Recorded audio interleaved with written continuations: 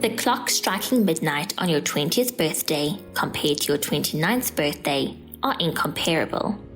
Being a 20-something-year-old means life is flying at you from all angles. Not all of these experiences are new, but some will occur for the very last time, even if you do not know it at the time. Each dusk brings an experience you might be living for the last time. As a young adult in their 20s, your last experiences might be nostalgic for times in your teenage years, whereas in your late 20s, knowing these are last-time events might be terrifying, but in some cases, completely unavoidable. We again welcome stories from individuals who have shared some of their last-time experiences, like falling in love with their life partner, having a roommate for a final night, and feeling your physical prime slip away, to name just a few. These represent just some of the sunsets experienced in your 20s, and just as the sun will always have to set, us 20-something-year-olds will always need to set in some way too.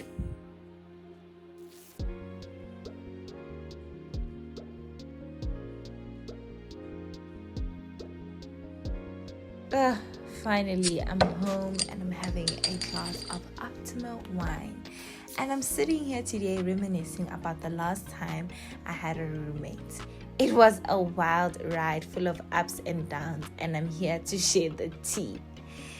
So in the beginning, it was all fun and games. We'd have movie nights, cook dinner together, and even have deep conversations about life. But as the months went by, the honeymoon phase just wore off and reality set in. My roommate was a night owl, while I'm a morning person. So she'd wake up late into the night, disturbing my sleep, and I'd be tired the next morning. And don't even get me started on the music. She loved blasting it, while I preferred a peaceful environment. Okay, despite our differences, we had our moments. We'd take care of each other when we were sick, cook for each other, and even accompany each other to the doctor sometimes. But our backgrounds and habits clashed at a point. I'm a neat freak, while let's just say she wasn't as enthusiastic about cleaning. So it was a constant compromise, but eventually, I realized that I value my personal space and alone time. I need my morning quiet, my tidy room, and my sanity. But what really sealed the deal for me was when she bring people over without my knowledge or consent. Our space, which was supposed to be our sanctuary, would become a party zone. And Sundays, which I cherished as downtime, would become the loudest day of the week. I tried to relax in my room only to be surrounded by the noise of laughter, music, and clinking glasses. Cheers, cheers. And when I politely asked them to keep it down, I felt like I was being the uptight roommate. But shouldn't I have a say in my own space? One Sunday, I remember I'd had a long week and was looking forward to a quiet day. But she invited friends over and they'd taken over the living room. Okay, I retreated to my room, but the noise was still seeping in. I felt like I was losing my mind. That's when I realized that nope, I value my own time and my space too much to compromise on it. I need to be able to relax in my own home without feeling like I'm being intrusive or uptight. So that was my last time having roommates. It was a learning experience and I'm grateful for it. But next time, I'm prioritizing my own needs and boundaries. No more compromising on my peace and quiet. No more roommates.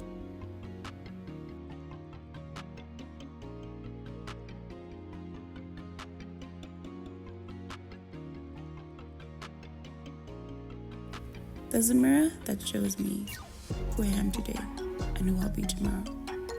I stand there, watching the way skin curves, how muscles rise, how the body moves without thinking. We fight, me and this body. Some days I hate the way it takes up space, the stretch of it, the weight of it. Other days I catch a glimpse of something beautiful. Not perfect, but strong, able to carry me through. I go to the gym, and there, the weights remind me of what this body can do. Push, lift, endure. Each drop of sweat, a reminder that I'm still here, in my prime, or so they say. But what does that mean when the days are long and the nights feel even longer? When the body aches and the mind is tired of trying to be more. I'll look at old photos and think, one day I'll miss this version of me, this skin, this strength. We're always waiting for the next version, for the better, the leaner, the more defined. But today, this is what I have. This is who I am. A body that breathes and bends and breaks and heals. I've spent years learning to love it, and still there are days when love is the last thing I feel. But I'm trying to see the beauty in what is here right now, and the softness and the scars that tell stories. The body is more than a shell. It's a map of where we've been and where we're going. Each mark, each curve, a memory of time past. I think about the last time I'll feel this strong.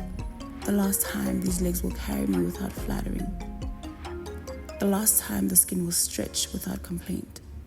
And I realize it's coming. One day, I'll look back and wish for what I have now. So today, I choose love. Not because it's easy, but because it's necessary. I choose to stand tall, to lift, to stretch, to move, because I can. This body, it's mine. Not perfect, but enough. And one day, when time is taking what it will, I remember these moments, the last time in my prime, and I'll smile because I lived here in the skin and I loved it as best as I could.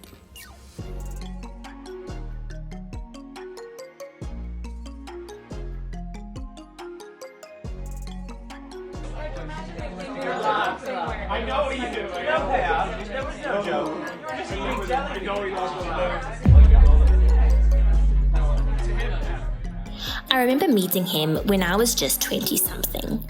We were at one of the many house parties that happened back in the day. I was late, as usual, because it took 3 outfits, 5 hairdos, and a breakdown to get out the house. So naturally, when I arrived, I made an entrance, albeit not on purpose. It was like I was the main character in a movie, and just like one of those romance movies, time stopped when my eyes met his. Cliché, I know, but his eyes, they were dark brown, almost like melted chocolate, and his hair was as curly as could be. I played it cool, obviously, but inside I was having a what the heck is happening moment. Eventually I found myself at the makeshift bar, pouring a whopping triple vodka soda because I needed a crutch. I was surrounded by my friends. A lot of them I had met whilst at university during my undergrad. I hadn't seen them in a couple of months because life gets in the way all too often. My one friend recently went through a breakup, her high school sweetheart, and this was her first night out in a while. We needed to make it count. So we took shot after shot, but I was barely tipsy. I kept having flashes of chocolate eyes in my mind that sobered me up real quick. Now, I am all for modern women doing modern things, and I am one of them when it comes to my career. However, I refused to talk to this god of a man first. My ego was quivering, and I needed to know he felt the same. So I was waiting for him to do something. Anything. And lo and behold, finally, at about midnight, did the man of my dreams not appear before me and ask me to dance. Like, how did he know I lived on the dance floor? #soulmates? I never get nervous. After all, I've flirted a million times in my life. But that night, I felt like an amateur, stumbling over my words, stepping on his toes, choking on my drink, aka a disaster. But somehow, in some way, he found me charming. And I think he had described me as having down-to-earth hippie vibes, which was cool, I guess, even though I was going for a more mysterious firecracker thing. But he made me smile and laugh and freak out with butterflies, and we danced for hours. When the chorus hit, I had blisters on my toes, but we finally let loose and had our fairy tale moments. Little did I know that this would be my last first kiss, because that night, when I was just 20-something, I fell in love for the last time.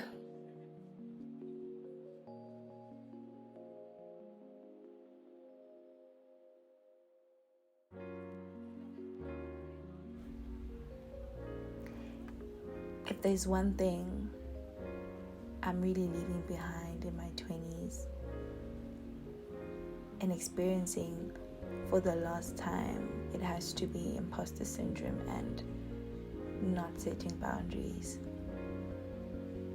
In fact, I feel like this is even a letter to my younger self. And as I think of my last time experiences in my 20s, I'm reminded of the countless times I compromised my beliefs and comforts for the sake of others' happiness. I sacrificed my own needs to avoid conflict, seeking validation in the eyes of those around me. But I've learned that this people-pleasing comes at a steep price: my own identity.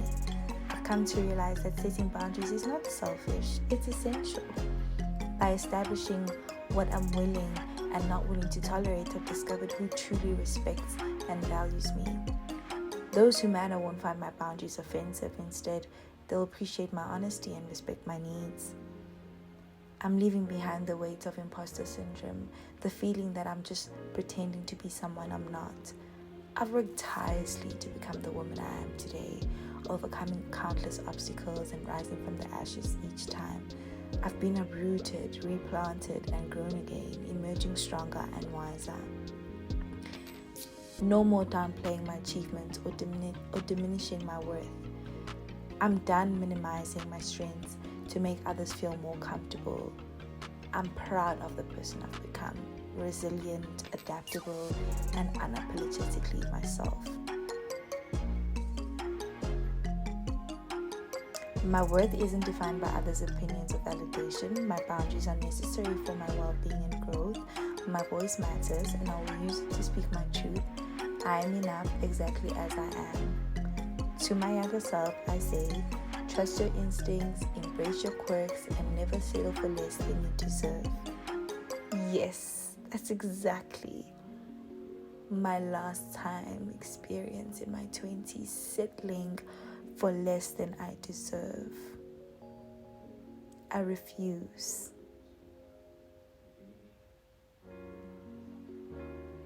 You are capable of achieving greatness, not in spite of your flaws, but because of them. I'm actually excited for the journey ahead, ready to embrace what will come ahead with self-love and a deep understanding of my worth.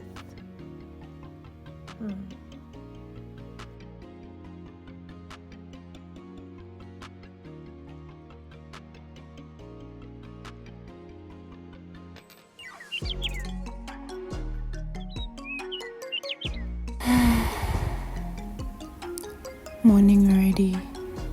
What day is it again? Oh yeah, Saturday.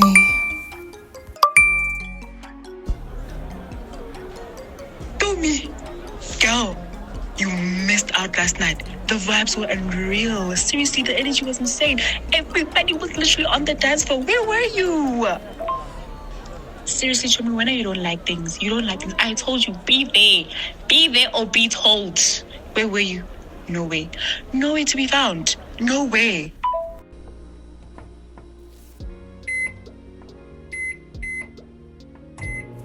If this was a year or two ago, I would have absolutely hated myself right now.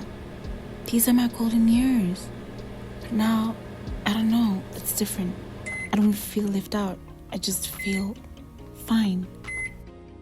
Hey friend, I'm so glad you guys enjoyed. I just stayed behind because I was just watching something and I've just really been needing a lot of alone time. But you guys look so good. Oh, what do you mean you need alone time? The one time you're not in a relationship, do you suddenly need alone time? Girl, be for real. Ibilo will be picking you up tomorrow. You'd obviously expect them to not be understanding. My girls are the most amazing people, but sometimes they really have to let me be. Not even sometimes. Most times. I'm done with that life now. It took everything out of me to realize I was no longer serving my needs but my wants. I mean, look, I'm not all self-righteous, but I've had to learn to take care of myself. I've experienced many moments where I was in the depths of the trenches, and I've had to pull myself right out. Now that's what you call real adulting. I used to have this intense FOMO, like I had to be everywhere. Every party, every event, every group outing. I couldn't stand the idea of missing out. It's like it made me feel important, like I belonged. But looking back now, I think I just wasn't afraid of missing out on actual experiences. It was something deeper. I think I was scared of not being remembered, not being seen. Like if I wasn't there, would anyone notice I was gone? I convinced myself that I needed to be at everything to matter. But the truth is, I don't need any of that to prove that I matter. It feels good to finally let go of that pressure, to realize I don't need to chase every moment just to feel like I belong. I can choose the moments that matter to me, and the people who care will still be there for me.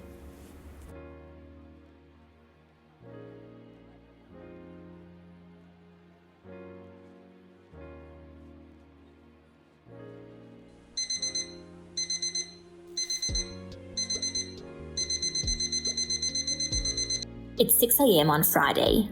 My alarm has just gone off, so I have an hour to get ready and leave the house. I am exhausted. I only went to bed at 2 a.m. after I realized I forgot to study an entire chapter. I cried, had a meltdown, but carried on, because I didn't commit 4 years to this degree to give up at the last hurdle. It's 7 a.m. and I'm in my car. I made myself 2 coffees, packed an extra 4 pens, and made a banger playlist for the drive to campus.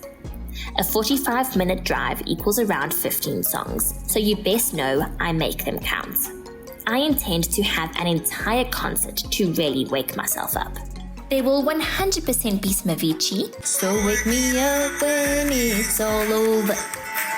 And you just know that this girl is on fire. Woo! And you best believe that on the M1 highway, I am the dancing queen, young and sweet, only 20-something. But enough of that. It's 7:45. I have just arrived at university. The traffic was insane, and the amount of cars on campus for a Friday is ridiculous. I drive around the parking lot looking for a park because my usual one was taken. Talk about ruining my mojo. I eventually found a park under a tree, and I just know I will be coming back to bird poo all over my bonnet. What I do to save myself from walking up that treacherous hill. It's 8:15. I see my friend walking towards me. We met in our first class in first year, and we have trauma bonded ever since. We normally do anything except talk about the exam we are writing, like make jokes or plan how we are going to celebrate. Anything to not make us cry, because we would. We definitely would. Well, I would at least. It's 8:30 on the dot. The doors to Hall 29 open. Bless my soul, this is it. For me, the walk of shame into the exam hall is worse than the walk out. Don't ask me why. My heart is literally beating out my chest, but I find my seat, write my details on the front of the paper, and wait. Patiently. It is now 9, you may begin. Okay, question 1, easy. Question 2, doable. Question 3, what the heck is that? And there's still a back page. Deep breaths. Don't panic, just start writing. Write something. Anything. It is 12, time is up, hands down. I am scribbling like a madman. My hand is cramping. I'm sweating from the heat of this hall, and I feel like I can't breathe. My handwriting has gone from small to massive, and from print to cursive. I hope this is legible, because if I have done this all for nothing, I will be peeved. I dot my last I and cross my last T. And then I am done. As in, done. Finished forever, never writing another exam again. Even if I fail, we don't get subs, so this really was it. I don't know how I feel. Ecstatic? Yes. Extremely nervous? Heck yes. Wanting to cry for many reasons? Double heck yes. I feel like I cry a lot. But I am now just a 20-something-year-old who wrote my last exam for life, and if it does not feel good to have made it to the end.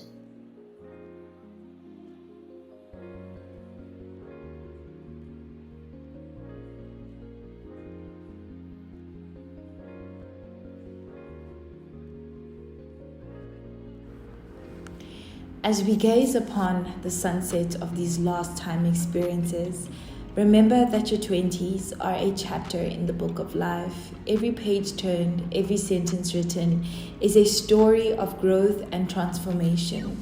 Don't be afraid to close the book on what's holding you back, to let go of the fears that bind you, because in the end, it's not about the words on the page, but about the wisdom you've gained along the way. So take a moment to reflect, to let the golden light of these sunsets seep into your soul. And when the stars appear, know that you're ready for the next chapter. Armed with the lessons of your 20s and the courage to shine, may the wisdom of these characters guide you as you turn the page to your next adventure. And may you always find the strength to let go and move forward.